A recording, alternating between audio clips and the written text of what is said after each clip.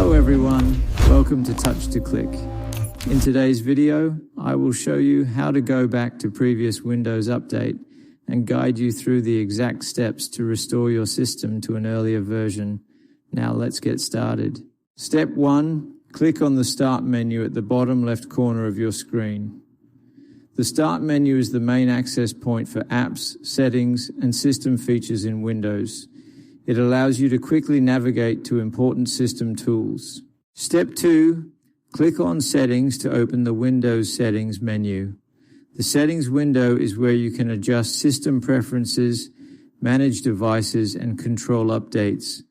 This section is important because it contains the recovery options. Step 3, inside the Settings window, click on Update and Security. This section manages Windows Update, system security, backup, and troubleshooting features. It is the place where you can control update-related settings. Step 4, click on the Recovery tab located on the left side of the Update and Security window. The Recovery section provides options to reset your PC or go back to a previous version of Windows.